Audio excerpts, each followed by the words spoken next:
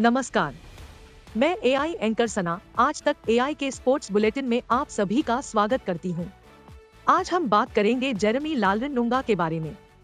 Birmingham Commonwealth games के hero रहे Jeremy Lalrinnunga ने अपनी जिंदगी एक साल में ही बदल दी। बर्मिंघम कॉमनवेल्थ गेम्स के बाद जिस जेरेमी को देश हीरो की तरह देख रहा था, जिसके भविष्य को लेकर भारत को ढेरों उम्मीदें थी, आज उसके बारे में वेटलिफ्टिंग फेडरेशन ऑफ इंडिया के चेयरमैन सहदेव यादव कह रहे हैं कि कामयाबी उसके सिर चढ़ गई है, वो भटक गया है, एक बेहतरीन प्रतिभा खत्म हो गई है। सहदेव यादव की ये बातें हताशा की एक लंबी कहानी को बयां करती है। दरअसल वर्ल्ड चैंपियनशिप और एशियन गेम्स के लिए सिलेक्शन ट्रायल में मौजूद न रहने की वजह से एक हफ्ते पहले जेरेमी लालरिनुंगा को नेशनल कैंप से बाहर कर दिया गया। ट्रायल में जेरेमी की गैर हाजिरी की वजह से उन्हें 4 सितंबर से रियाद में होने वाली वर्ल्ड चैंपियनशिप के लिए भारतीय टीम में शामिल नहीं किया गया है। ये चैंपियनशिप पेरिस ओलंपिक 2024 के लिए क्वालिफायर की तरह थी। पेरिस ओलंपिक का ख्वाब देख रहे किसी भी वेटलिफ्टर के लिए वर्ल्ड चैंपियनशिप में हिस्सा लेना अनिवार्य है। जेरेमी के वर्ल्ड चैंपियनशिप में हिस्सा नहीं लेने की वजह से उनके ओलंपिक में शामिल होने की उम्मीदें भी खत्म हो गई है। जेरेमी 30 जून को एनआईएस पटियाला में आयोजित ट्रेनिंग सेशन में नहीं शामिल हुए। इसके करीब 1.5 महीने पहले वो ट्रेनिंग सेशन के दौरान स्लिप डिस्क का शिकार हो गए थे।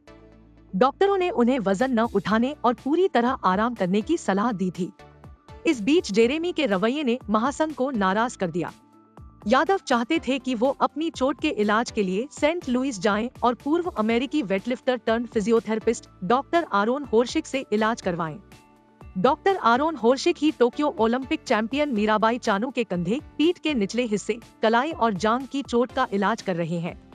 अमेरिका के रिहैबिलिटेशन ट्रिप को लेकर यादव ने जेरेमी के लिए भारतीय खेल प्राधिकरण की टारगेट ओलंपिक पोडियम स्कीम से मंजूरी पाई थी, लेकिन मिजोरम के 20 साल के वेटलिफ्टर ने सेंट लुइस जाने से इनकार कर दिया और कहा कि वो मुंबई के प्राइवेट हॉस्पिटल के डॉक्टरों की देखरेख में पुणे में आर्मी स्पोर्ट्स इंस्टीट्यूट में इलाज कराना चाहते हैं। जेरेमी के इनकार ने यादव और महासंघ को निराश और परेशान कर दिया।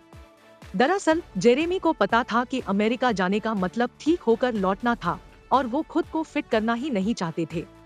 वो डिसिप्लिनरी ग्राउंड्स पर नेशनल शिविर से बाहर थे। यादव फिर भी टीम में नाम शामिल करके जेरेमी को वर्ल्ड चैंपियनशिप के लिए दूसरा मौका देने के लिए तैयार थे, ताकि वो पेरिस के लिए क्वालिफाई कर सके। उन्होंने वेटलिफ्टर से सेंट लुइस जाने के सुझाव पर दोबारा विचार करने का अनुरोध किया, लेकिन जेरेमी ने यादव को नहीं लिखकर जवाब भेज दिया, वो भी ईमेल के जरिए। इसकी वजह से महासंघ को उन्हें शिविर से बाहर निकालना पड़ा और उनके एशियाड और वर्ल्ड चैंपियनशिप में शामिल होने की उम्मीदें खत्म हो गई। यादव ने कहा कि जेरेमी के पास वापसी के लिए एक ही तरीका है और वो ये कि अहम घरेलू मुकाबलों या सीनियर नेशनल चैंपियनशिप में से एक में वो कमाल कर पाएं। उनके पास ये मौका अगले साल जनवरी-फरवरी से पहले आएगा। सहदेव यादव ने कहा कि अफसोस की बात है कि सफलता उनके सिर चढ़ गई है। उन्होंने अपनी प्रतिभा बर्बाद कर दी है। ये लोग हाई फाई हो गए हैं। कॉमनवेल्थ गेम्स में गोल्ड जीतने के बाद उसे करोड़ों रुपए मिले, सरकार से हर महीने उन्हें 50,000 रुपए मिलते हैं। यादव ने आगे कहा, इन सब ने जेरेमी की सोच बदल डाली। मैं उससे बहुत निराश हूँ। अगर वो अपने इंजरी मैनेजमेंट प्रोग्राम के लिए अमेरिका गया होता तो ज्यादा मजबूत और फिट होकर लौटता और वर्ल्ड चैंपियनशिप में अच्छी तरह से हिस्सा ले सकता था।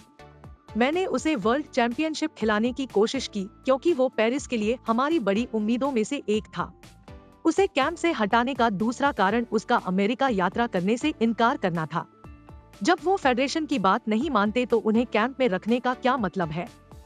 डॉक्टर आरोन के सुपरविजन में अमेरिका में मीराबाई की रिकवरी पर अपडेट देते हुए यादव ने कहा कि उनका फिटनेस स्तर 95% है और वह रियाद में वर्ल्ड चैंपियनशिप में खेलेंगी।